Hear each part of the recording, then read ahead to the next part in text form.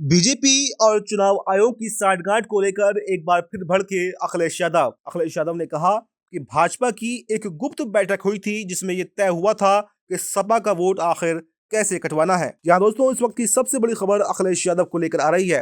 दरअसल सोमवार को पार्टी कार्यालय में एक प्रेस कॉन्फ्रेंस करते हुए अखिलेश यादव ने कहा कि एसआईआर के दौरान भाजपा पीडीए और खासकर अल्पसंख्यकों के वोट कटवाने की साजिश कर रही है। फॉर्म 7 के जरिए भाजपा वोटों की चोरी कर रही है। आयोग इस पर कोई भी कार्रवाई नहीं कर रहा।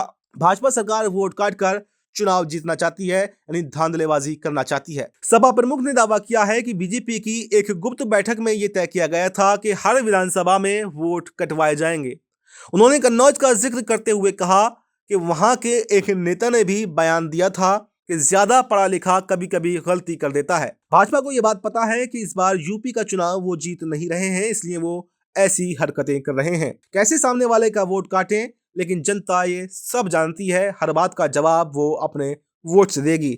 हम भी शांत रहेंगे, लेकिन हम वोट चोरी नहीं होने देंगे, हम वोटों का घोटाला नहीं होने देंगे। विधानसभा में फॉर्म 7 के 16 आवेदन जमा भी किए गए। वहीं बाबागंज विधानसभा के बूथ नंबर 365 पर फर्जी हस्ताक्षर कर फॉर्म 7 भरकर करीब 100 वोट कटवा दिए गए हैं। हमारे एक बीएलए का भी वोट कटवा दिया गया है। ये सीधी सीधी साजिश है जिसमें असली वोटरों के नाम हटाने की कोशिश हो रही है।